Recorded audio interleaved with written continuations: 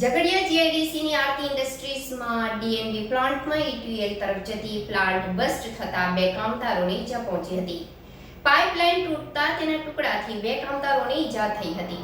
એક કામદાર સારવાર હેઠળ જ્યારે અન્યને રજા અપાઈ હતી. ફેક્ટરી ઇન્સ્પેક્ટર કચેરી દ્વારા તપાસ શરૂ કરાઈ હતી. છાસવારે બનતી ઘટનાઓથી વિવિધ કંપનીના કામદારોની સુરક્ષા સામે સવાલ ઊભા થયા છે. ઝઘડિયા જીઆઈડીસી ખાતે આવેલ આરતી ઇન્ડસ્ટ્રીઝ ડીએનડી ડાયનાઇટ્રોજન બેન્ઝીન નામના કેમિકલ પ્લાન્ટ છેલ્લા 15 દિવસથી બંધ હતો.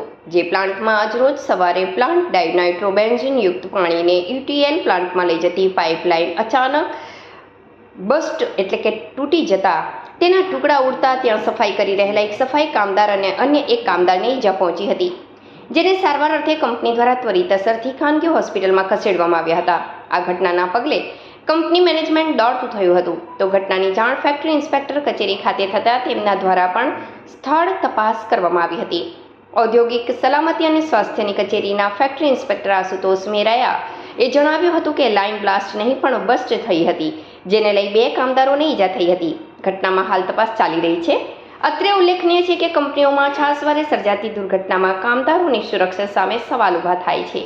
ત્યારે ઝઘડિયા જીઆઈડીસીમાં વારંવાર ઘટના સામે આવી રહી છે, ત્યારે ઔદ્યોગિક સલામતીના કામદારોની સલામતી સામે સવાલ ઊભા થઈ રહ્યા છે.